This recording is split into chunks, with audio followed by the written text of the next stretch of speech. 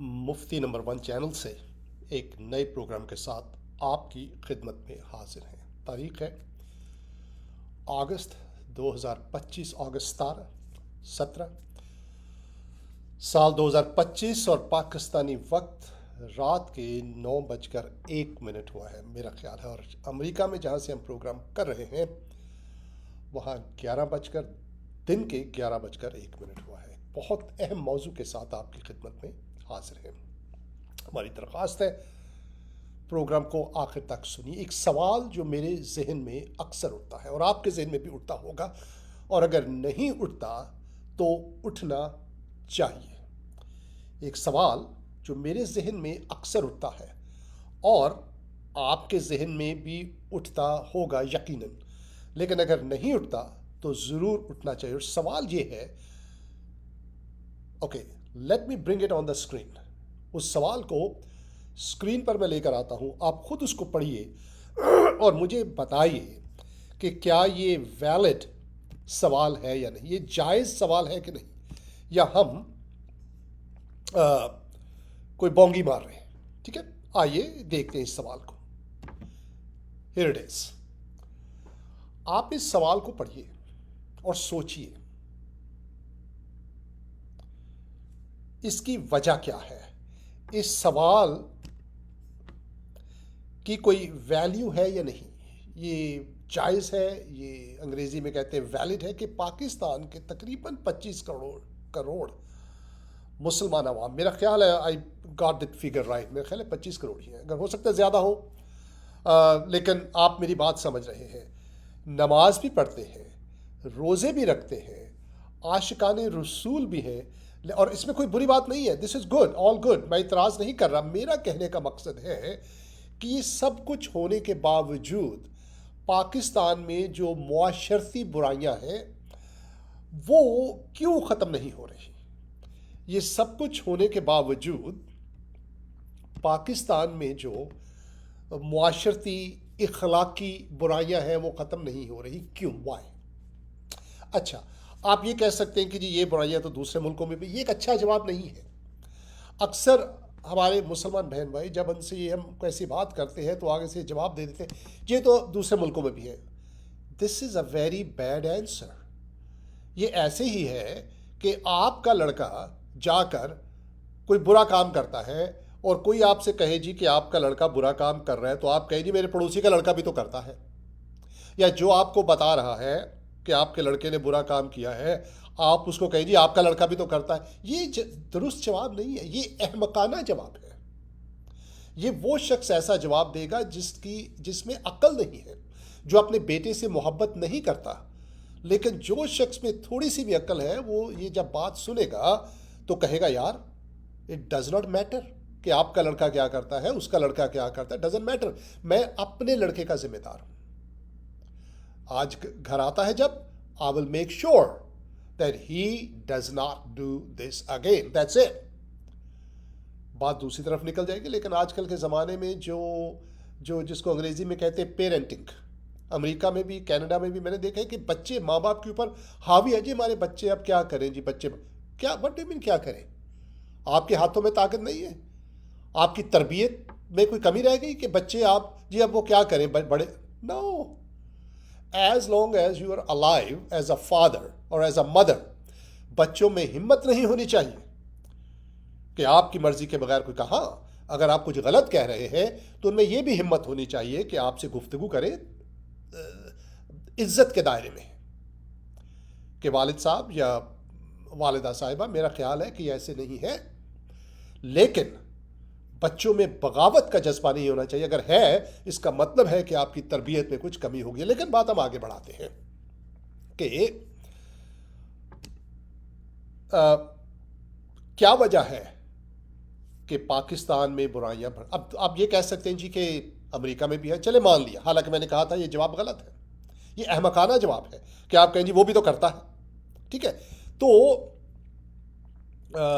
आरफा बहन आपका बहुत शुक्रिया, आप हमें आप प्रोग्राम सुन रही हैं, आपकी कॉल भी आई थी, मैं कॉल बाद में करता हूँ, माफ़ कीजिए, सिचुएशन काफ़ी बिजी है। और फिर जब वक्त कम हो मेरा दिल नहीं करता बात करने में, कहते यार थोड़ा वक्त ज़्यादा निकलेगा तो बात करूँगा, उससे बात आगे बढ़ जाती है। शहजाद शफाकत साहब, आपका शुक्रिया, बड़े प्यार के साथ आप प्रोग्राम को सुनते हैं।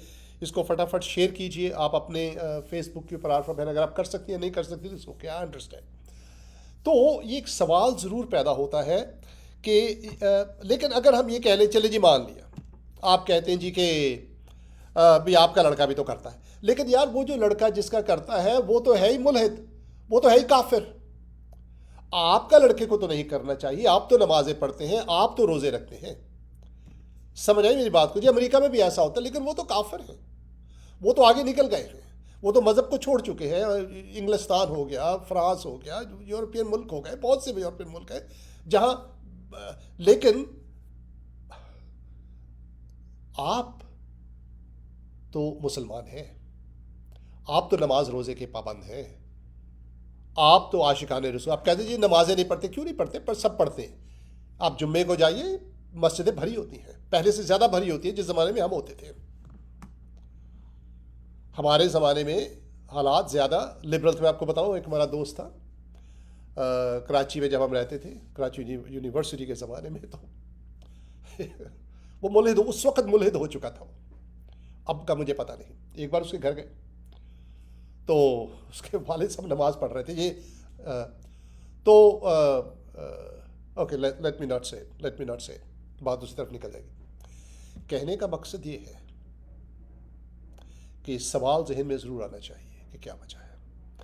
दूसरे लोग तो काफिर हैं, उनका मज़हब तो अच्छा, आपका मज़हब तो अच्छा है। And here is the reason.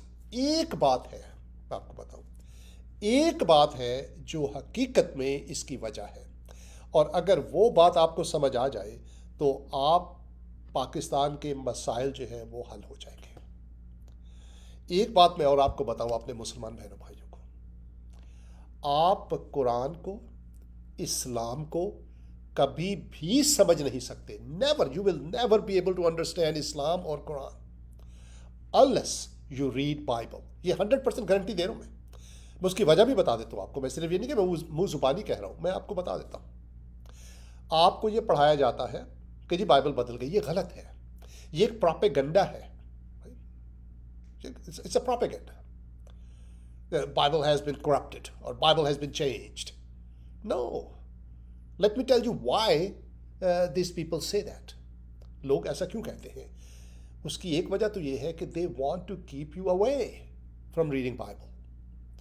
वो आपको बाइबल से दूर रखना चाहते। दूसरी बात ये होती है कि बाइबल में से they will find things that they may get attracted to. कि बाइबल में हो सकता है उनको ऐसी चीजें नजर आ जाए जिनकी तरफ उनकी जो उसको उनको अपनी तरफ खींच ले। तो ये खौफ है इसके पीछे, there is fear behind it. I repeat, there is fear behind it. That's why they keep you from reading the Bible.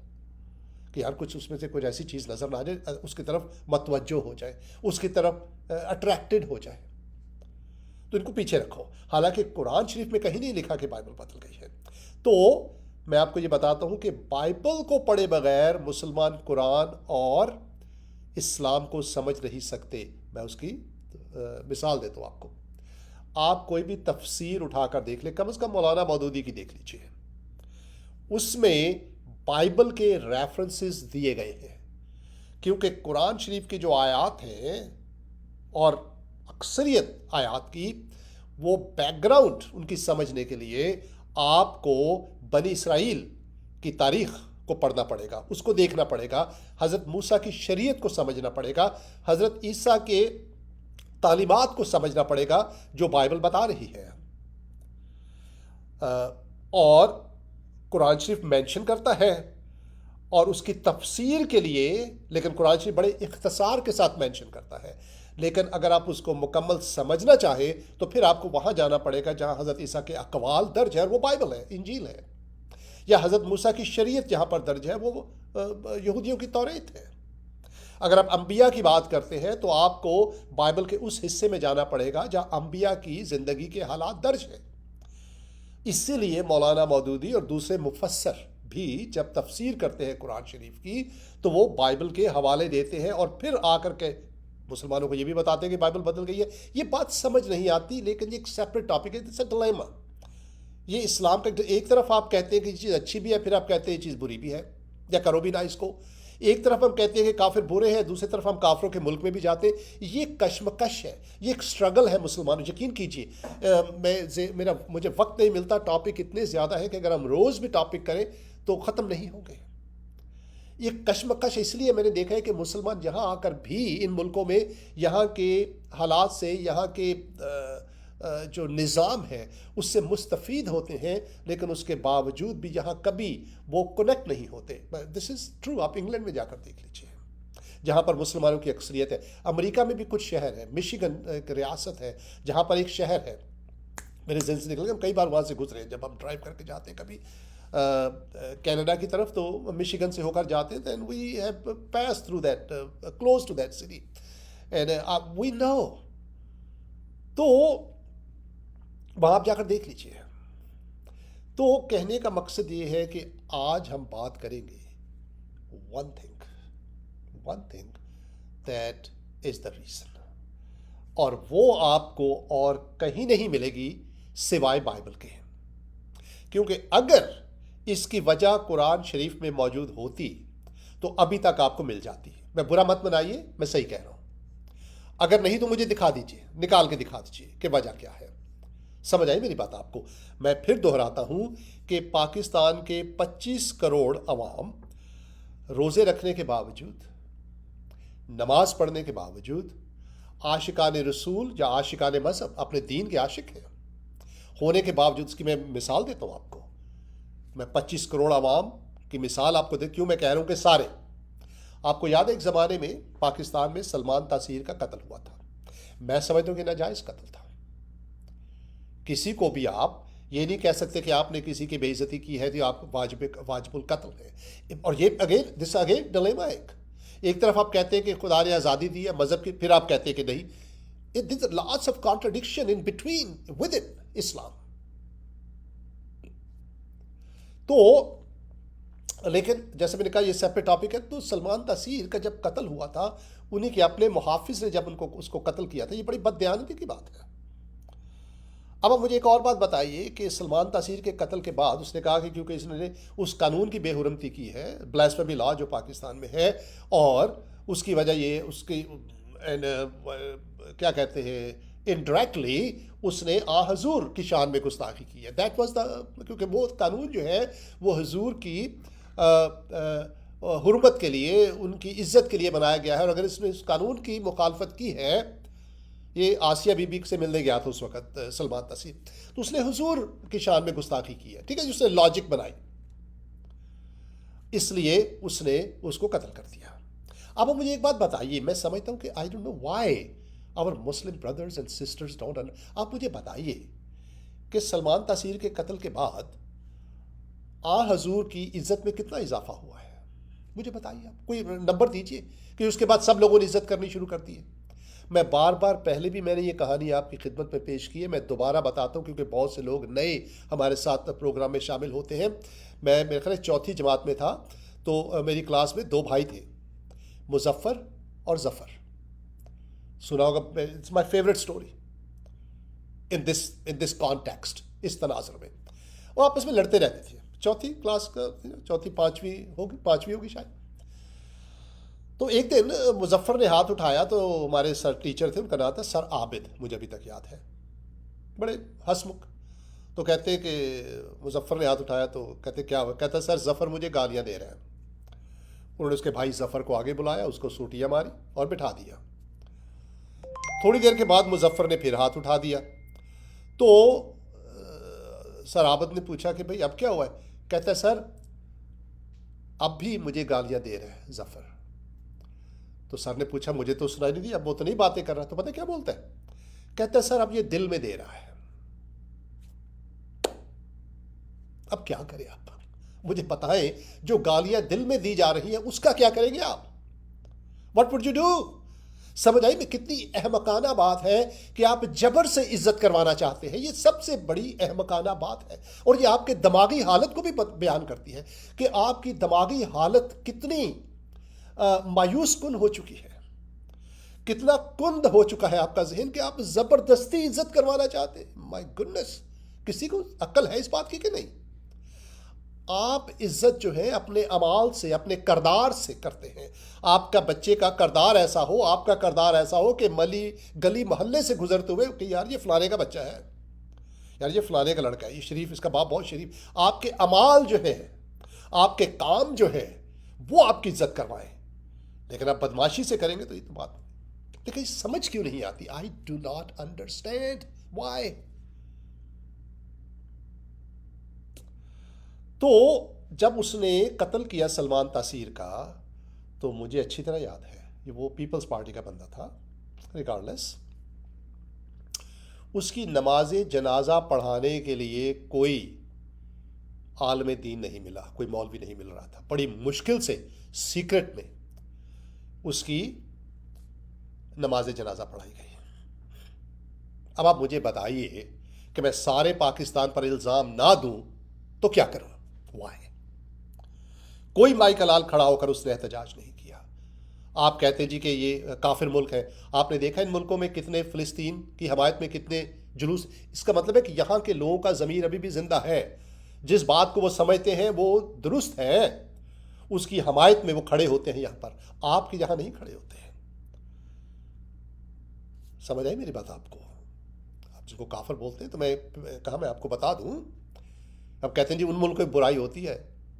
आप, ये गलत बात है। मैं आपको बताऊं, अगर वही बुराई होती जो पाकिस्तान में है, तो कभी भी आप पाकिस्तान को छोड़कर इन मुल्कों में आने की ख्वाहिश नहीं करते। तो ये अपनी ज़ात में ही ये नफ़ी कर देती है अपनी बात की। हक़ाइक़ जो है वो इसके खिलाफ बयान दे देते हैं। दे टेस्टिफाई अगेंस्ट दिस स्टेटमेंट के उन मुल्कों में बुराई है हमारे। नो, अगर उन मुल्कों में बुराई होती पाकिस्तान की तरह की, तो आप कभी भी उन मुल्कों में ना जाते। आप जाते हैं, वह खुश रहते हैं।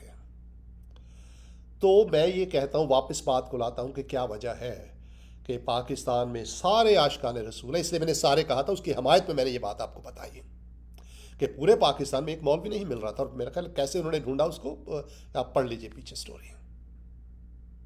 It's very sad. एक मरा हुआ बंदा है और आप कह रहे हैं आप हुजूर की मोहब्बत में। मैं ये नहीं कहता मोहब्बत ना कीजिए, लेकिन आपको मोहब्बत और इज्जत का मतलब गलत समझाया गया है। आपकी रसूल की इज्जत उस वक्त होगी जब आप अपने अमाल को दुरुस्त करेंगे। लोग बोलेंगे यार, जिस नबी के मानने वाले इतने अच्छे हैं, वो नबी खुद कितना अच्छा होगा। कैसे समझाऊं मैं आपको? कुंद ज़हन लोगों को कैसे बताया जाए? This is very sad. यकीन कीजिए, मुझे बहुत दुख होता है अपने पाकिस्तानी मुसलमान बहनों भाइयों पर। और इन्हीं को, माफ़ कीजिएगा, इन्हीं को ज़्यादा परेशानी है पाकिस्तानियों को बाहर जा। अब पिछले दिनों 14 अगस्त में, कल परसों इंग्लिस्तान में सुना बड़े जुलूस निकले। अब इन सालों को कौन समझाए यार?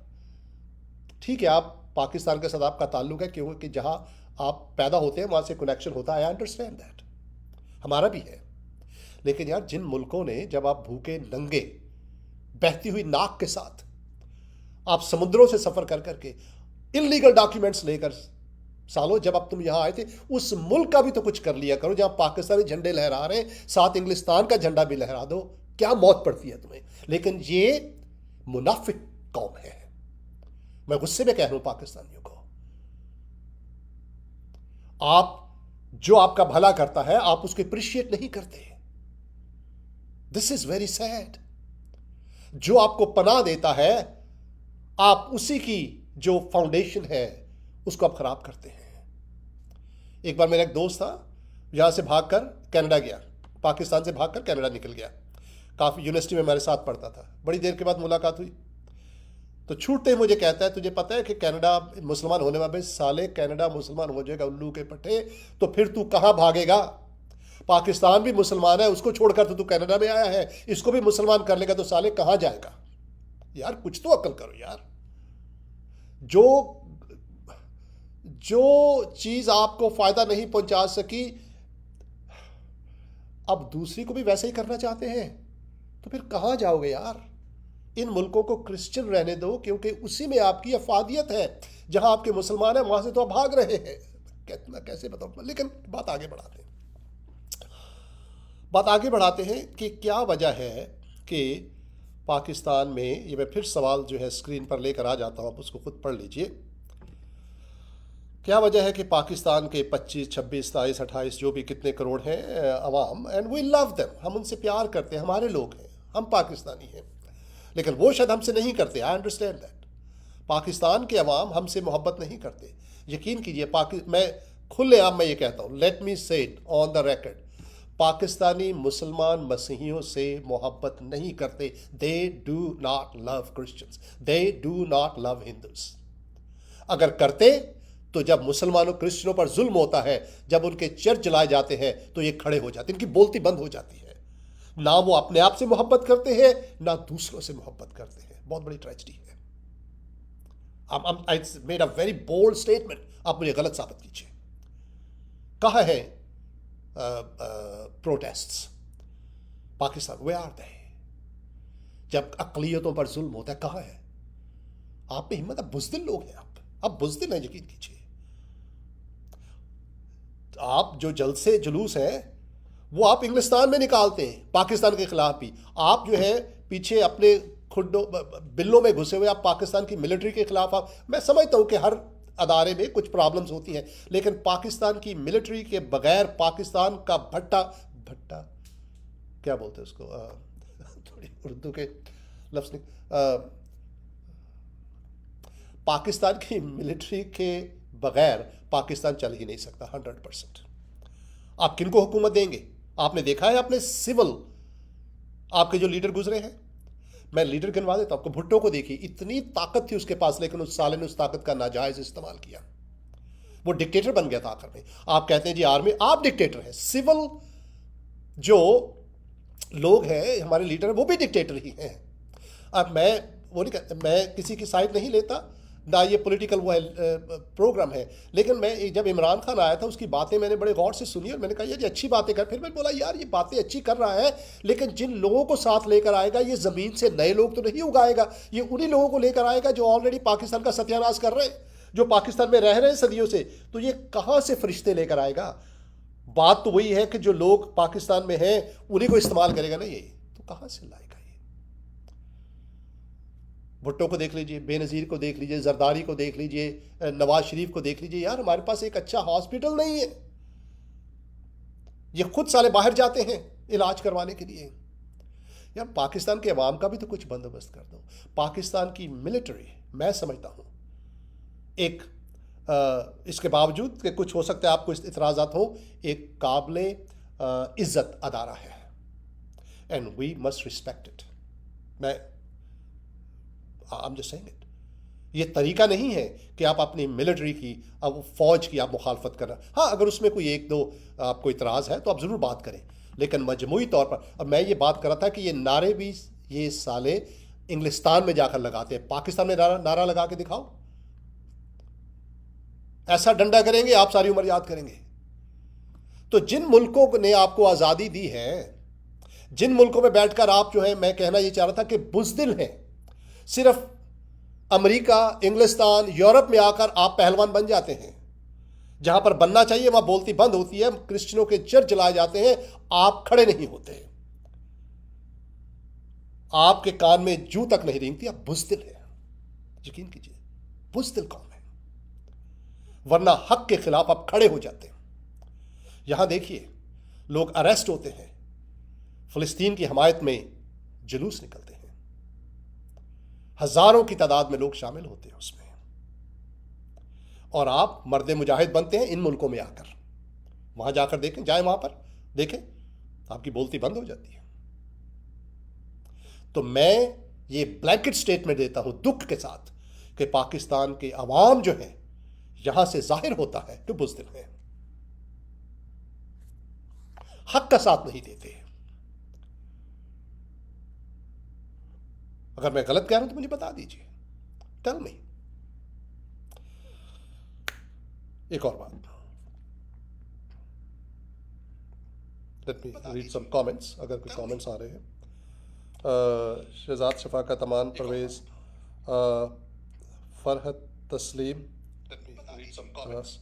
फरहत तस्लीम, sir please be humble. Okay, okay, I will. Farhat तस्लीम, हाउ आई मीन, ये देखिए, फ़रहत तस्लीम आपका मशवरा बहुत अच्छा है कि I should be humble and thank you so much for. लेकिन एक मिर्ज़ा गालिब का एक शेर है कि दिल ही तो है न संग व खिश्त। और पहली बात कि मैं हम्बल हो जाता हूँ, ठीक है। और humility is different. I am well, humility आप नहीं कह सकते कि आप हम्बल हैं, क्योंकि अगर आप कहते हैं कि मैं तो हलीम हूँ, ये अपनी ज़ात में घुमंड है, तो उसी वक्त हलीमी ख़त्म हो जाती है एक तरीके से। तो मैं हलीम हूँ या नहीं, ये फ़ैसला आपका काम है, लेकिन आपने जो कहा है सर आंखों पर, मैं उसके बारे में ज़रूर गौर करता हूँ। लेकिन मिर्ज़ा गालिब का एक शेर मैं आपकी खिदमत में पेश करता हूँ, वो ये है, दिल ही तो है न संग व खिश्त। हाँ, और एक बात मैं और भी आपसे पूछूं फ़रत साहब कि, ठीक है, फ़रत तस्लीम, सॉरी, कि आपने कहा कि मुझे आप एक बात भी ये बता दीजिए कि जो मैं कह रहा हूँ क्या वो गलत कह रहा हूँ, ये बता दीजिए। और अगर मैं गलत कह रहा हूँ तो कौन सी बात गलत कह रहा हूँ मैं, कम से कम ये भी मुझे बता दीजिए।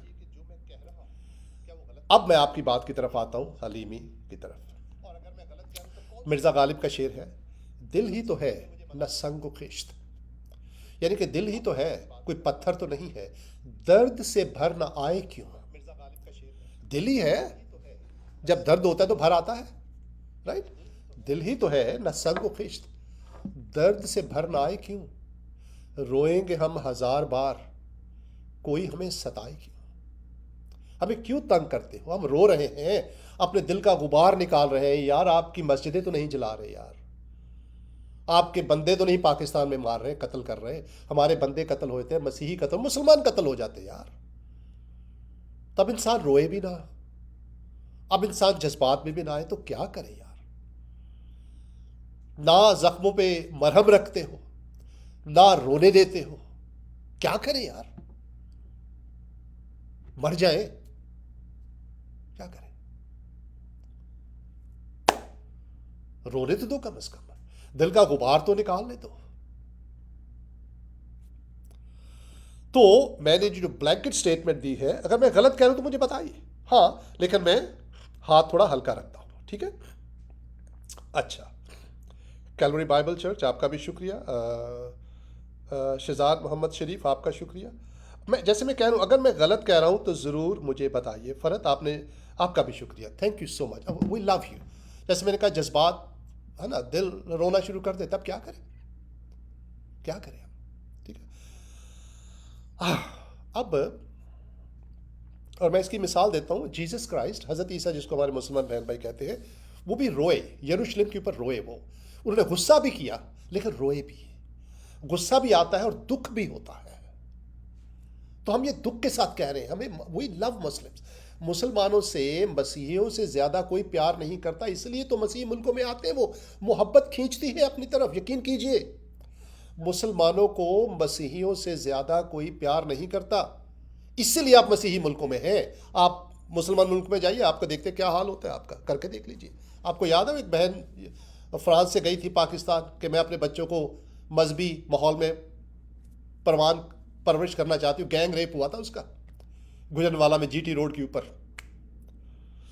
जीटी रोड पे ब्रेका लगियाँ, समझ आई। It's very sad, very sad. कब समझ आएगा आपको। अब हम आगे आते हैं कि वाई, क्यों। आज मैंने पगड़ी नहीं पहनी, वो यार, वो भी टशन ही होता है। मैं एक अच्छी पगड़ी, ये पगड़ी जो है ना, ये बड़ी देर लगती है, ऐसे ही बना रहा हूँ जो ऑटोमेटिक को सर पे रखें और वो आप मुफ्ती बन जाए। मुफ्ती बनने में कितनी देर लगती है यार, जैसे मुफ्ती पाकिस्तान में है, आपको ये पता होना चाहिए इस्तिंजा कैसे करते हैं, आपको ये पता होना चाहिए नाक में उंगली कैसे डालते हैं, मुफ्ती बन जाते हैं, उसमें कितनी देर लगती है। आपको ये पता होना चाहिए कि अपने पोशीदा बालों को कैसे काटना है, आप मुफ्ती बन गए, अल्लाह अल्लाह खैर सल्ला।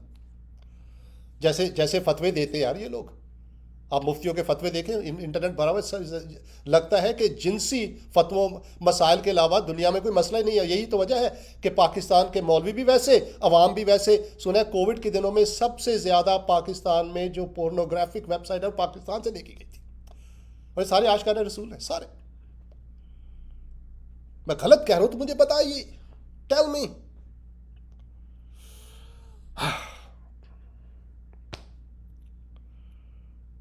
मैं क्या कहूँ यार, मैं अच्छा, बात की तरफ आते हैं, छोड़ें इस वक्त, चलता रहता है।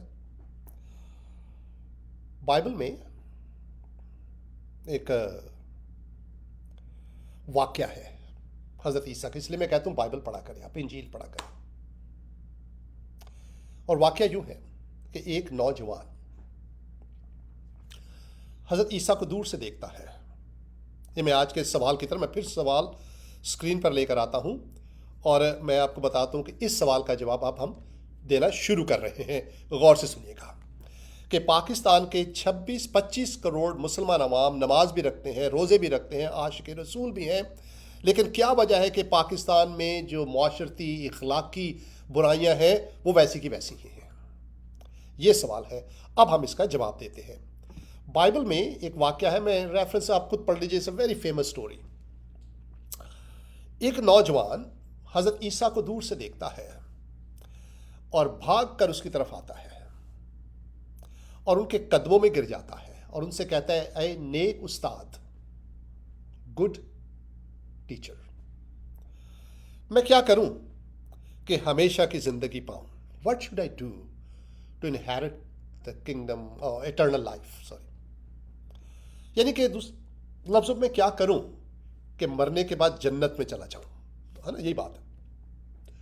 हिंदी में कहेंगे मैं क्या करूं कि मोक्ष पालूं, यानी कि मैं इटर्नल हो जाऊं। हजरत ईसा उससे कहते हैं, दे उसकी तरफ देखा और उनसे कहा कि तू जो मूसवी शरीयत में जो लिखा है वो कर, ज़िना न कर, चोरी न कर, माँ बाप की खिदमत, ऑल दैट स्टफ। और वो शख्स पता क्या कहता है? गौर से सुनिएगा। कहता है कि मैंने इन सब बातों पर लड़कपन से अमल किया है। यानी लड़कपन बचपन से नहीं कहा गया, लड़कपन से कहा गया, क्योंकि जब आप एक खास उम्र पर आकर शरीयत आपके ऊपर लागू हो जाती है, मूसवी शरीयत के मुताबिक खास उम्र पहुंचने के बाद आप उस शरीयत के पाबंद हो जाते हैं। तो लड़कपन की वो उम्र जहां पर शरीयत की पाबंदी लाजमी हो जाती है, ये लड़का कहता है कि मैंने उस उम्र से इन तमाम बातों के ऊपर अमल किया है, यानी मैंने लड़कपन से शुरू ही से शरीयत पर अमल किया है, नमाजें पढ़ी हैं, रोज़े रखे हैं, अल्लाह ताला ने, खुदा ने जो भी हुक्म दिया है उस पर अमल किया है। और कहानी हमें, वाक्य हमें कहानी नहीं है, वाक्य हकीकी वाक्य है, हमें बताता है कि हज़रत ईसा उसकी तरफ देखते हैं और लिखा है हज़रत ईसा को उस पर प्यार आता है। This guy is worth interacting with. और उसको पता है क्या बोलते हैं? तूने सब किया है लेकिन तुझ में एक बात की कमी है, there is one thing you are lacking. आज पाकिस्तानी मुसलमानों से भी हज़रत ईसा यही कह रहे हैं कि तुम रोज़े रखते हो, तुम नमाजें पढ़ते हो, तुम ज़कात तो नहीं, बहुत कम लोग देते हैं, वो डंडी मारते हैं, एंड दैट्स ओके, मैं भी मारता हूँ टैक्स में। तो रोज़े रखते हो, आशिकाने रसूल भी हो, लेकिन एक बात की कमी है तुम में, and that's what is lacking, and that is the reason कि पाकिस्तान में से वो बुराइयां ख़त्म नहीं हो रही जिन्होंने आपको मजबूर कर दिया कि अपने मुल्क को छोड़कर आप दूसरे मुल्क चले जाएं, जिन्होंने पाकिस्तान में गरीब की इज्जत को महफूज नहीं रखा, जिसकी वजह से अदालत में इंसाफ नहीं मिलता, जिसकी वजह से गरीब की, कमज़ोर की ज़मीन को हथिया लिया जाता है, जिसकी वजह से गुंडागर्दी से आपकी ज़मीनों पर, आपके मकानों पर, आपकी दुकानों पर कब्जा कर लिया जाता है। एक वजह है जो समझ नहीं आ रही। आप चक्कर लगाते रहते हैं, बल्कि उम्रा भी करते हैं, हज भी करते हैं, यार क्या क्या नहीं करते। ऐसे ही जैसे शख्स ने कहा था, मैंने सब कुछ करके देख लिया, सब कुछ किया, रोज़े रखे, नमाजें पढ़ी, आशिकाने रसूल भी बना, हज भी किया, उम्रा भी किया, दुरूद शरीफ भी पढ़ता हूँ, इन सब में कोई बुराई नहीं है, आप ज़रूर करें, लेकिन क्या करूँ, पाकिस्तान के हालात ठीक नहीं हो रहे, क्या करूँ? सर फोड़ूँ, मर जाऊँ, लहूलुहान करूँ, मातम करूँ, क्या करूँ? और हज़रत ईसा आज पाकिस्तान के मुसलमानों से कह रहे हैं, तुम में एक बात की कमी है, there is, you lack one thing, and that is the thing that we are going to tell you about. और वो चीज़ है जिसके बारे में हम आपको बताएंगे। कौन सी चीज़ है? लेकिन उससे पहले एक और वाक्य आपको बताता हूं। एक बहुत मशहूर फिल्म बनी थी हॉलीवुड में, मुझे जेन से निकल गया नाम उसका एक्टर का, God father, classic, one of the classic movies. उसमें एक सीन है जिसमें ये शख्स जो है, ये सॉरी माफिया, इटालियन माफिया का ये गॉड फादर होता है, हेड होता है, और वो जाता है इटली, है ना, और वहाँ पर एक बहुत बड़ा चर्च है जिसके वो कंपाउंड में फिर रहा होता है, और वहाँ एक चर्च का प्रीस्ट होता है, और उसको एक आपने देखा होगा चर्च के कंपाउंड्स में इटली में या दूसरी जगहों में भी फुवारे लगे होते हैं ना, थोड़े पॉन्ड बना होता है, छोटा सा फुवारा होता है, और उसके अंदर पत्थर पड़े होते हैं, छोटे छोटे पेबल्स जिसको बोलते हैं। और उससे कहता है कि तूने, मैं उर्दू में तर्जमा करता हूँ, उससे कहता है कि ये देख रहा है ये जो पेबल्स पड़े, इरशाद आजम साहब आपका बहुत शुक्रिया, आप कमेंट ज़रूर छोड़िए, इसको शेयर कीजिए, शिकवा कीजिए, शिकायत कीजिए, बात कीजिए हमसे। और वो उससे कहता है कि ये जो देख रहा है, ये जो पत्थर तुझे नज़र आ रहे हैं पानी में, कहते हैं सदियों से यहाँ पड़े हुए हैं, सदियों से पानी के अंदर। कहते लेकिन आज भी अगर हम इनको तुम निकालो, इनको तोड़ो, अंदर से वैसे ही सूखे के सूखे जैसे ये हजारों साल पहले थे। There is nothing changed. बाहर से पानी के अंदर है, अंदर वही सूखापन है। समझ आ रही मैं बात आपको क्या रहा हूं? बाहर की तहारत, बाहर की नमाजें, तेरा दिल तो है सनम आशना, तुझे क्या मिलेगा नमाज में? अल्लामा इकबाल ही का शेर है यार, आप ही का शेर है, मैं क्या करूंगा। वो भी सब यही कह रहे हैं जो मैं कह रहा हूं, ढके छुपे अल्फाज में, कि तू जो सिजदा कर रहा है तो जमीन से आवाज आ रही है कि तेरा दिल तो है, तेरे दिल में तो बुत भरे हुए हैं, तुझे नमाज में क्या मिलेगा? तेरा दिल ही गंदा है, दिल ही तेरा गंदा है तो नमाज पढ़ेगा, रोजे रखे, क्या करेगा? कुछ फर्क नहीं पड़ने का। समझ आ रही मेरी बात? मैं आपको क्या कह रहा हूं। ये आप जब आप बाहर से रोजे, नमाज, तहारत करते हैं, ठीक है, आप बुरा मत, प्लीज यार बुरा मत मनाइएगा, मैं क्या कहूं यार, दिल टूटता है, मैंने बात भी कहनी है और बात करते हुए झिझक भी लगती है, लेकिन क्या कहूं, अगर नहीं कहूंगा तो अंदर बीमार हो जाऊंगा।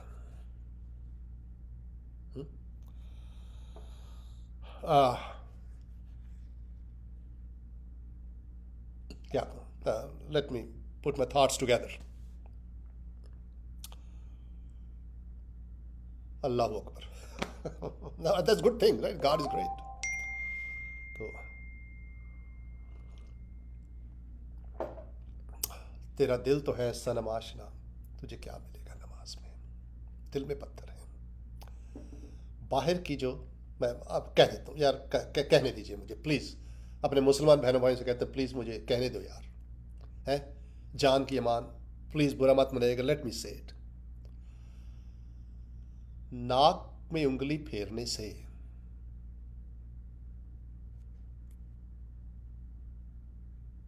पानी से ऐसे करने से अंदर का कैंसर ठीक नहीं होगा। अंदर का कैंसर अंदर ही दवाई इंजेक्ट करने से होगा, नाक में उंगली फेरने से नहीं होगा। बुरा मत नहीं यार, मैं कह रहा हूं कि बाहर की रियाजतों से बाहर का पानी पत्थर के अंदर नहीं जा सकता, नहीं जा सकता। पत्थर अंदर से सूखे का सूखा ही रहेगा। और यही वजह है कि आप हजारों साल, यार कितने साल हो गए यार, नमाज भी पढ़ रहे, कुछ नहीं हो रहा, फायदा नहीं हो रहा। आज मैं देख रहा था, कहते नमाज जन्नत की कुंजी है। यार कुंजी है तब तक खुल जाना चाहिए था जन्नत को यार, है ना, खुल जाना चाहिए था। तो यू हैव टू रीथिंक। तो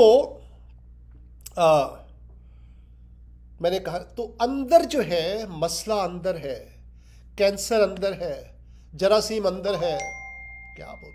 आप जब तक आपने नाक में उंगली फेरी ना, नाक को साफ किया, अंदर घुस चुका था।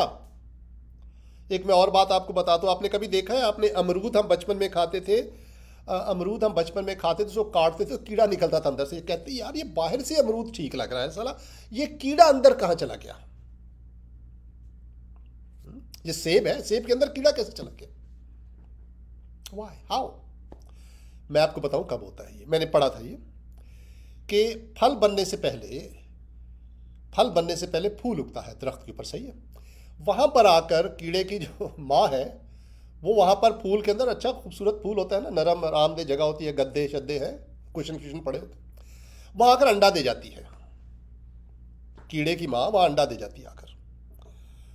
तो जब अंडा दे जाती है तो बस ठीक है, जब वो फूल ऐसे बंद होता है तो अंडा तो अंदर ही होता है और फल बन जाता है, तो अंदर ही कीड़ा जन्म लेता है। इसलिए बाहर से फल बड़ा खूबसूरत है लेकिन कीड़ा तो अंदर है ना यार। इसे जब आप अमरूद को काटते हैं, सेब को काटते हैं, फिर कीड़ा निकलता है अंदर से। बाहर से आप कितना भी धोएंगे अमरूद को, कीड़ा अंदर से नहीं निकलेगा। It will never come out. कैसे बताऊं आपको? बाहर से पानी सूखे पत्थर के अंदर नहीं जाएगा, इट विल नेवर गो इन। कोई मोजज़ा है जो किसी तरीके से कोई साइंसदान आए, कोई हकीम आए, कोई पहुंचा हुआ आदमी आए और किसी तरीके से पत्थर को कुछ करे कि पानी अंदर चला जाए। ये मोजज़ा है और ये उन पर होता है जो खुशकिस्मत होते हैं। ये उन पर होता है जिनको खुदा चुन लेता है, उनके दिलों को नरम कर देता है, उनको अंदर से साफ करना शुरू कर देता है। मैं वापस जाता हूं उस कहानी की तरफ, जो वाक़े की तरफ जो हज़रत ईसा का बता रहा था। ये नौजवान पर हज़रत ईसा को बहुत प्यार आता है और कहते हैं कि तुझ में एक बात की कमी, एक चीज़ रह गई। बाहर से तूने बहुत कुछ किया है लेकिन तुझे सुकून नहीं है। तू परेशान भागा भागा फिर रहा है, कभी इधर टकरे मार रहा है, कभी उधर टकरे मार रहा है, नमाजें भी पढ़ रहा है, जन्नत की कुंजी को भी हासिल करने, लेकिन ताला नहीं खुल रहा। एक बात की कमी है। और हो सकता है उसने कहा हो क्या, लेकिन ये नहीं बाइबल में दर्ज। हजरत ईसा ने कहा तुझ में एक बात की कमी है, अपना सारा कुछ बेचकर गरीबों में बांट दे, सेल एवरीथिंग यू हैव और मेरे पीछे आ जा, come after me. That is what you are lacking, that's what missing in your life. Come follow me. सब कुछ छोड़ दे। क्यों कहा हजरत ईसा ने कि सब कुछ छोड़ दे? ये शख्स जो है इस पर अपने आप पर भरोसा करने की आदत थी, खुद कुछ करके हासिल करने की आदत थी। ये बाहर से कपड़े बदल के, साफ सुफ होके, मेकअप करने से अच्छा लगने की आदत थी इसको। नमाजें पढ़कर माथे पर सिजदे का निशान जाहिर करके अच्छा जाहिर होने की आदत थी। और मैं आपको ऐसे ऐसे लोग बता दूं माथे पर सिजदे का निशान है और ऐसे गंदे करतूत। मैं ये नहीं कह रहा नमाजें ना पढ़े, मैं कह रहा हूं कि नमाज पढ़ने से इंसान अच्छा नहीं होता। अच्छा वही होगा जो पहले अच्छा होगा और फिर नमाज पढ़ेगा। जो पहले अच्छा होगा फिर नमाज पढ़ेगा, वो नमाज कबूल होगी आपकी। लेकिन आप पहले नमाज पढ़ेंगे, दिल अगर आपका बुरा है, आपकी नमाज काटा। यही तो अल्लामा इकबाल कह रहे हैं, तेरा दिल तो है सनम आशना, तुझे क्या मिलेगा नमाज में? नो, नाडा। हज़रत ईसा ने कहा कि तू मेरे पीछे आ जा, तुझे कुछ करके कुछ हासिल करने की आदत पड़ चुकी है, ये तू बहुत गलत सिखाया गया है, तुझे अंदर से साफ होने की जरूरत है। अब मैं आपको एक और वाकया बताता हूं, उसके बाद हम कंक्लूड करेंगे प्रोग्राम को। एक बार, ये मेरा फेवरेट वाकया है, one of my favourite stories, हज़रत ईसा की। एक बार हज़रत ईसा एक जगह से गुजर रहे होते हैं, वहां पे एक शख्स होता है, छोटे कद का होता है, ये बड़ा गुनहगार होता है, लोगों से नाजायज़ पैसे मारता है ना, धोखे से पैसे, कभी इधर से ये टैक्स कलेक्टर होता है, टैक्स कलेक्ट करता है, कभी किसी का टैक्स ज़्यादा कर दिया, कभी किसी का टैक्स बढ़ा दिया, ये वो सारे पैसे मार के अपने पास रख लेता था। गवर्नमेंट को कब पूरा हिस्सा दे देता था, एक्स्ट्रा अपने पास, भत्ता खोर था, यूं कह दीजिए। छोटे कद का था, तो इसको बड़ी ख्वाहिश थी कि हज़रत ईसा को देखे, लेकिन छोटे कद का था, भीड़ बहुत ज़्यादा थी, इसलिए दिल में एक आइडिया आया, ये भाग कर एक दरख्त था उसके ऊपर चढ़ गया, ऊपर से देख लूंगा। जब हज़रत ईसा उस दरख्त के पास नीचे से गुजरे तो हजरत ईसा ने ऊपर अपनी आंख उठाई और उससे कहा कि जकई, उसका नाम था जकई, जकई नीचे उतरा, आज मुझे तेरे घर में जाना जरूर, I want to go to your home today, आजा। और लिखा है कि ये बड़ी खुशी के साथ हजरत ईसा को अपने घर ले गया। जब उसके घर पहुंचे हजरत ईसा, तो जो मजहबी लोगों को बहुत बुरा लगा। मजहबी लोगों ने कहा, यार ये इतना बड़ा पाक पवित्र नबी, ये नबी पाक हजरत ईसा के बारे में उन्होंने कहा होगा, और ये एक गुनहगार के पास जाकर चला गया, उसके घर में चला गया, इसको पता नहीं। लेकिन क्या हुआ, एक बहुत बड़ा मोजज़ा हो गया उस दिन। जब हजरत ईसा उसके पास पहुंचते हैं तो ये उसके घर में दाखिल होते हैं, कदम रंजा फरमाते हैं, उर्दू में कहेंगे। उनके कदमे मुबारक जब उस शख्स की दहलीज को पार करते हैं, ये शख्स खड़ा हो जाता है और सरे आम ऐलान करता है कि मैंने अगर किसी का नाहक लिया है तो उसको 4 गुना अदा करता हूं। ये पूरी वो मेरे ज़हन में भी बात नहीं आ रही, 2 गुना और फिर कहता है 4 गुना।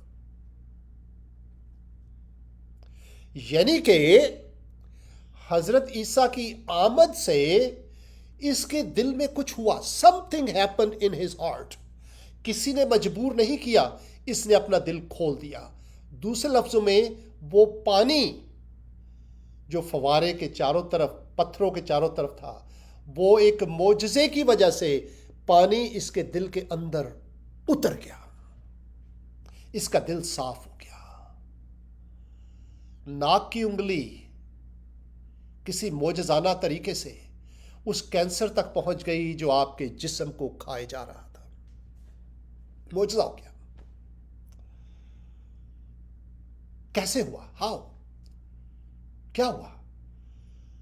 Only thing that happened, the feet of Jesus Christ, हजरत ईसा के मुबारक कदम उसके घर में दाखिल हुए। That's all happened, nothing else happened.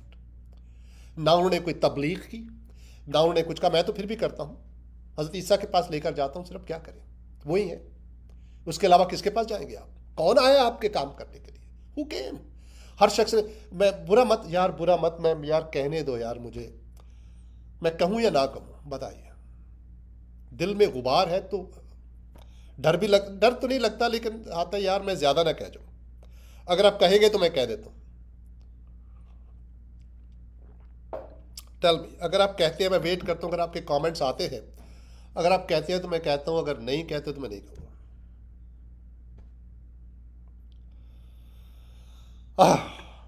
इतनी बातें कहां तक सुनोगे, कहां तक सुनाऊं? हजारों ही शिकवे हैं, क्या क्या बताऊं। रहा यूं ही नामुकम्मल मेरे इश्क का फसाना, कभी हमें नींद आ गई, कभी सो गया जमाना। तो लेकिन मैं दिल चाहता है कि मैं कह दूं आज। मुझे बताइए, कमेंट्स में बताइए, कह दूं कि ना कहूं। बच्चा जमूरा आज बोल दे कि ना बोले? बच्चा जमूरा बोल कि ना बोल?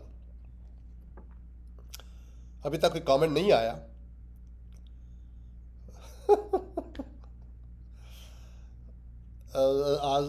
अमान परवेज उस्ताद जी बोलें प्लीज। कोई और भी, एक दो और भी गवाही आ जाए, कम से कम 2 लोग तो आ जाए, 2 की गवाही तो हो जाए कि मैं बोलूं या ना बोलूं। यार नहीं, बताइए मुझे, बोलूं कि ना बोलूं? 2 गवाही आ गई है कि बोले। हजरत ईसा की बात कर रहा था मैं। उनके कदम आए, दिल का दरवाज़ा खुल गया, प्यार की ठंडी हवा दिल के झरोकों को अबूर करके उसके, ओके लेट मी बी, मैं ज़रा शायर मुझे शायर बनने दीजिए। जब हज़रत ईसा के मुबारक कदम इस शख्स की गुनहगार दहलीज को अबूर करके उसके गुनहगार सहन से, क्या बोलेंगे, जब उसके जब उसके सेहन का गुनहगार, जब उसके घर का गुनहगार सेहन हजरत ईसा के मुबारक कदमों से आशना हुआ। क्या क्या बात। जब इस शख्स के, इस गुनहगार शख्स के गुनहगार घर का, गुनहगार घर ये ना नाजायज पैसों से बनाया हुआ, तो गुनहगार घर ही था, गुनहगार घर का गुनहगार सेहन हजरत ईसा के पाक और मुबारक कदमों से आशना हुआ। हजरत ईसा की मोहब्बत की रोशनी इस शख्स के बंद दिल के बंद झरोकों के कवाड़ों को खोलकर उसके घर, उसके दिल के अंदर दाखिल हुई। उस सीलन को, उस बदबू को साफ किया। वो दिल जो बदबू का आदी हो चुका था, मोहब्बत की इस खुशबू से जब आशना होता है, उसके दिल से आवाज़ निकलती, आ ये तजुर्बा पहली बार हुआ है, उससे पहले नहीं हुआ। उसको हर खौफ, हर फिक्र ख़त्म हो जाती है, पैसा हासिल करने की हवस ख़त्म हो जाती है। उसका दिल एक नई हकीकत से आशना होकर कहता है, बोल उठता है, पुकार उठता है कि मैं आज के बाद उस गंध को अपने दिल के अंदर, इस मोहब्बत का तजुर्बा करने के बाद अपने दिल के अंदर उस गंध को नहीं रखना चाहता। वो लालच हज़रत ईसा मैं आपके कदमों में रखता हूँ, वो बदयानती को निकाल कर आपके कदमों में रखता हूँ। आपने जिस खुशबू से, जिस मुअत्तर हवा से मुझे आशना किया है, मैं उसका तजुर्बा अब सारी उम्र करना चाहता हूँ। जिसका नाजायज़ लिया है वापस करता हूँ।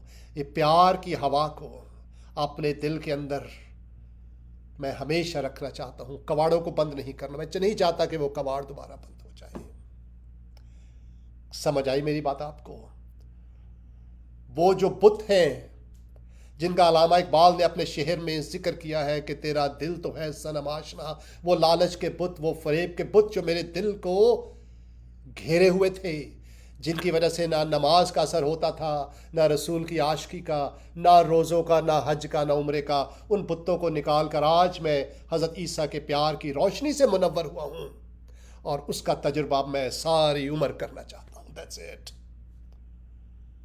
उसने उन पुत्तों को निकाल दिया, और अब जब वो नमाज पढ़ेगा तो ज़मीन से ये आवाज़ नहीं आएगी कि तेरा दिल तो है सनम आशना, ज़मीन से आवाज़ आएगी कि तेरा दिल तो है प्रेम आशना, तेरे दिल को तो प्यार का तजुर्बा हो गया है। अब नमाज में तुझे सब कुछ मिल जाएगा, यू गेट एवरीथिंग।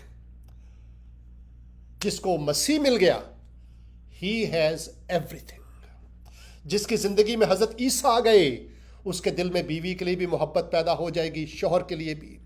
जिसके दिल में हज़रत ईसा दिलों पे आते हैं, इसलिए बाहर से तहारत का वो नहीं, उनको पता है कि मसला तो अंदर है।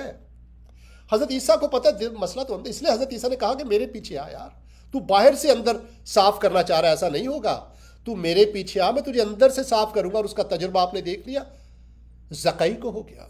हज़रत ईसा उसके दिल के अंदर चले गए, अंदर से उनका मसला अंदर है। हज़रत ईसा ने कहा कि मैं इसलिए आया हूँ कि तुम जिंदगी पाओ, जिंदा हो जाओ, तुम्हारे दिल में प्यार सर्कुलेट करना शुरू कर दे। प्यार ही है जो जिंदा बनाता है आपको। अगर प्यार ना होता आपके बच्चे मर जाते हैं। ये प्यार ही है तो माँ का प्यार ही है ना, माँ का, जो बच्चों को जिंदा रखता है। और कौन रखता है यार? और जो प्यार है जो खुदा डालता है माँ के दिल में। तो हज़रत ईसा उस प्यार की ताकत को आपके दिल में गर्दिश करवाना शुरू कर देते और आपका दिल जिंदा हो जाता। अब जिंदा, हज़रत ईसा ने कहा मैं ज़िंदगी देने आया हूँ, मैं नमाज़ें रुकूँ, मुझे पता है कि नमाज और रोज़ों से कुछ फ़र्क नहीं पड़ने वाला। देख लीजिए, मैं अंदर से साफ करने आया हूँ। Muslims need Jesus. आप कहते हैं हम हज़रत ईसा को प्यार करते हैं, झूठ है। This is not true. यकीन कीजिए, आप मुँह ज़ुबानी बातें हैं। अगर आप प्यार करते आप उनके पीछे आते हैं, आप उनकी बातों को पढ़ते, आप बाइबल को खोलते, यार मैं प्यार करता हूँ, देखिए कि जो जिससे आप प्यार करते हैं ना, कभी आपको पता है जब आप मोहब्बत करते थे, कभी की हो ना हुई हो, या दिल बात का दिल ही में मोहब्बत होती है ना। कोई लड़की मलने वाली होती है, उसको पता भी नहीं होता आपको मोहब्बत होती है उससे, ठीक है। और आप देखिए यार क्या कर रही है, यार कहाँ जा रही है, यार कौन से कपड़े पहने। और कोई रुक्का आ जाए तो आप रुक्के को बार बार पढ़ते हैं कि नहीं पढ़ते। तो एक बार गांव में एक लड़की ने मुझे रुक्का लिखा। मैं कराची से गांव गया तो वो रुक्का वो ज़मीन पे फेंक के चली गई। मैंने पता नहीं यार। तो मैं भोला, मैं अब इतना भी नहीं हूँ, लेकिन मतलब कि ना इस तरफ ध्यान नहीं जाता। तो मैं बुरा अपनी बड़ाई नहीं करा, लेकिन माँ बाप ने बड़े डरा के रखा था, अब्बा ने बड़ा डरा के रखा होता था कि यार कुछ मतलब कि ना पता नहीं क्या। तो मैंने देखा तो उसके ऊपर वो कुछ मोहब्बत भरे ख़त लिखा हुआ था। मेरा कज़न था, मैंने उसको दे दिया। वो कहता है यार है हमने लिखा। मैं क्या, हाँ भैया। वो कहता मैनू दे दे। उसने अपनी जेब में डाल दिया। पता नहीं, मैं फिर कराची, मुझे नहीं पता क्या हुआ। तो पढ़ते आप तो हज़रत ईसा की मोहब्बत से जब आप आशना होते हैं तो क्या होता है, फिर आप उनके ख़त को बार बार पढ़ना चाहते हैं। You will go and read इंजील। जो कुरान शरीफ मना नहीं करता, ये मौलवी मना करते हैं आपको। कुरान शरीफ कहीं नहीं कहता बाइबल ना पढ़े, इंजील में। नो, वो कहता है इंजील में हिदायत है, नूर है उसमें। और कुरान शरीफ ये भी नहीं कहता कि बाइबल बदल गई। नो, हज़रत ईसा आएंगे अंदर से साफ कर। हाँ, वो बात मैं जो आपको बता रहा था, जो मैंने जिसके लिए मैंने इजाज़त चाही थी। एक भाई जो है वो, उन्होंने अपने फेसबुक पर दरूद शरीफ लगाया कि हज़रत मोहम्मद को और उनकी आल को वो बरकतें दे जो इब्राहिम को दी थी। तो मैंने उससे सवाल पूछा। मैंने बोला यार तू मांग रहा है बरकतें हजूर के लिए और उनकी औलाद के लिए।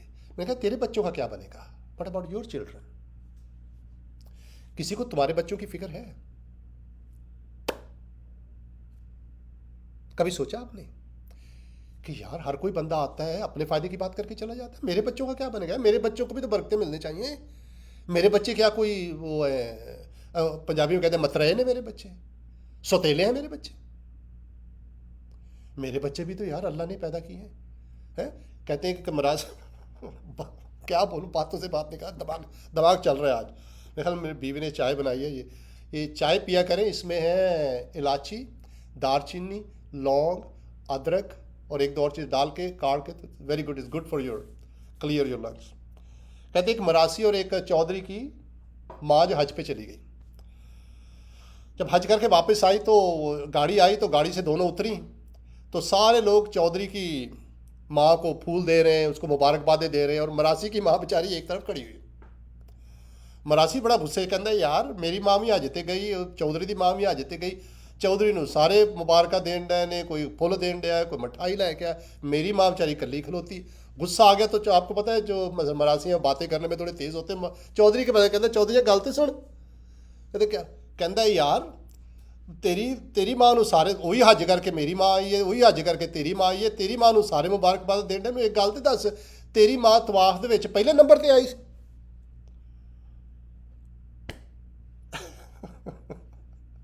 कहने का मकसद ये है कि तेरी माँ तवाफ में अव्वल आई है, जो मेरी माँ को कोई नहीं कह रहा। बात तो वही है ना, बात तो वही, तवाफ उसने किया, वो उसने किया। कहने का मकसद ये है कि यार मेरी फिक्र नहीं है किसी को।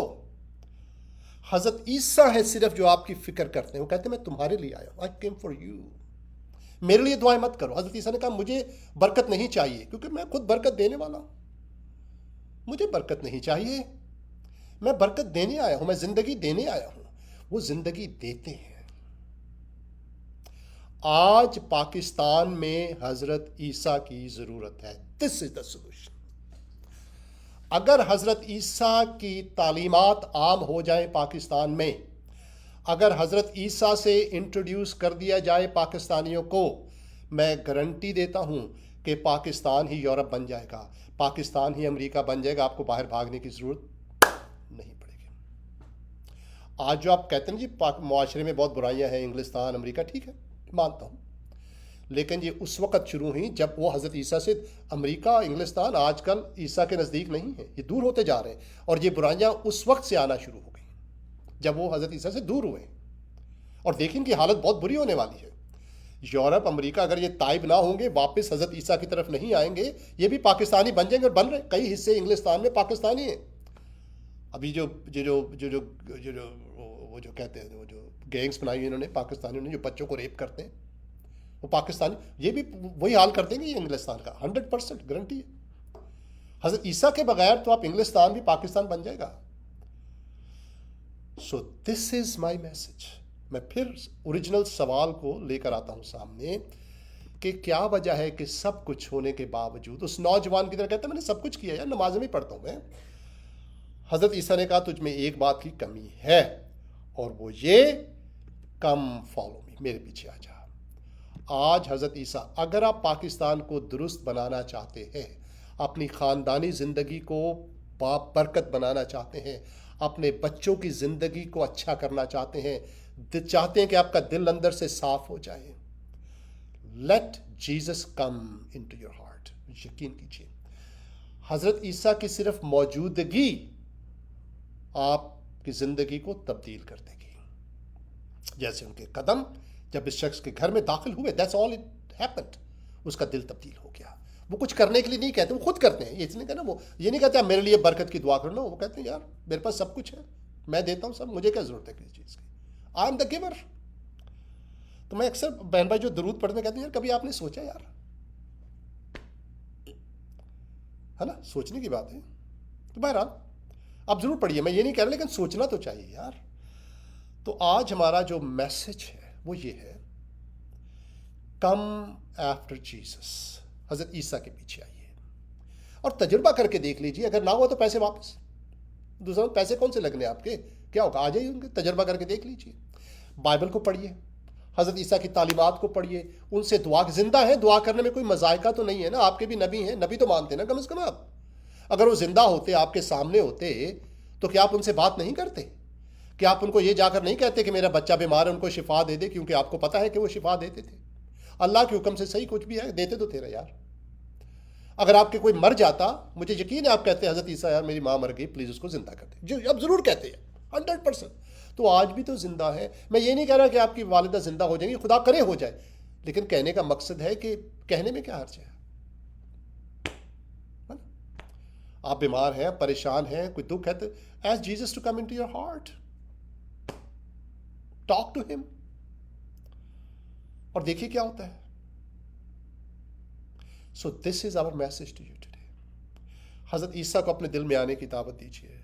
ही is the one who is going to do things for you.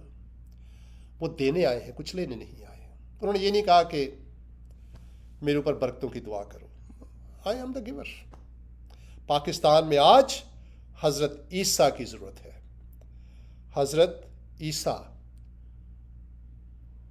अगर पाकिस्तान में आ जाए, यकीन कीजिए अदालती निज़ाम ठीक हो जाएगा, दुकानों से मिलावट बंद हो जाएगी, दूध में पानी मिलना बंद हो जाएगा। मैं क्रिश्चियनों की बात नहीं कर रहा, पाकिस्तान में ऐसे ऐसे क्रिश्चियन है, दिल चाहता है एक झापड़ मारो उनको। पादरी है पाकिस्तान में, दिल करता, अब यकीन कीजिए, आई डोंट केयर, ये साले मेजॉरिटी आजकल के मॉडर्न पाकिस्तानी पादरी भी साले नंबर 2 है, मेजॉरिटी। वो अच्छे पादरी है जो नेक नियति के साथ कुर्बानी देकर खिदमत कर रहे हैं खुदा की, और मौलवी भी हैं ऐसे, लेकिन मेजॉरिटी सारे साले नंबर 2। अब मैं नाम नहीं लेना चाहता, आप उनको देखें, उनकी बीवी ने ऐसा ऐसा मेकअप किया होता है, ठीक है, ब्लॉन्ड हेयर बनाए होते हैं, यार कुछ तो शर्म करो यार। जहाँ बेचारों के पास, लोगों के पास खाने के लिए 2 वक्त की रोटी के लिए पैसा नहीं है, आप ब्लॉन्ड हेयर करके आप सामने आ रही हैं, कुछ शर्म करो यार। किन को आप कर रहे हैं? जो मरा हुआ है उसी को मार रहे हैं आप, जो पहले इंप्रेस है उसको इंप्रेस कर रहे हैं। जब मेकअप उतरता अंदर से तो वही निकलती हैं आप, है ना, दूसरों को धोखा ही दे रहा होता है, ठीक है। क्या चक्कर है सारे। इसलिए हज़रत ईसा ने कहा जब मैं इस दुनिया में आऊँगा तो क्या मैं ईमान पाऊँगा। तो मैं क्रिश्चियनों की बात नहीं कर रहा, मैं कह रहा हूँ हज़रत ईसा, Jesus Christ, he will do things for you, bring him in your heart. Jesus is needed in Pakistan, that's when things will start changing, guaranteed. अगले हफ्ते आपसे मुलाकात होगी, अगर खुदा की भी यही मर्जी हुई तो। God bless you. इस प्रोग्राम को शेयर कीजिए, ज़रूर शेयर कीजिए।